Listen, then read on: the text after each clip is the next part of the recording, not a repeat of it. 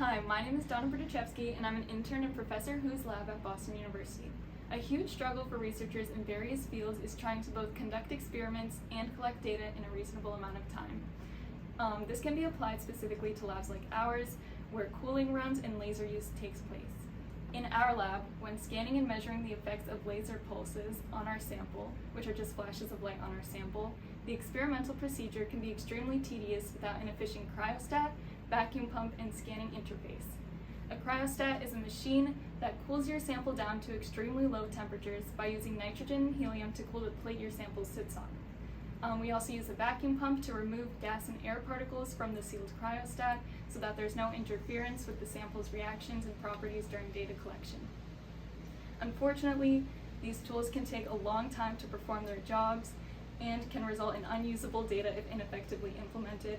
So my job was to try and make them more efficient.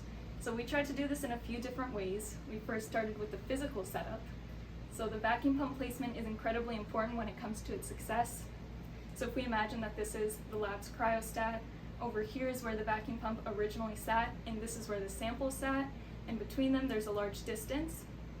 So what I tried to do is I tried to adjust the piece where the sample sat to have an extra window in the back, and that way we can move the vacuum pump closer to the sample, which allows for more efficient removal of air and gas particles and prevents icing, which then allows for longer data collection time.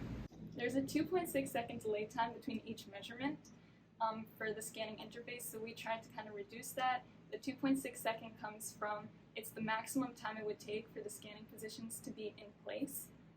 So we tried to reduce that by implementing constant serial communication. So instead of waiting 2.6 seconds each time, the scanning program would know exactly when the stages are in position, and that way it would start right away. There were also a lot of heavy computations being done, and they were taking the average each time, so we implemented a rolling average, which would just add new data points into the original average.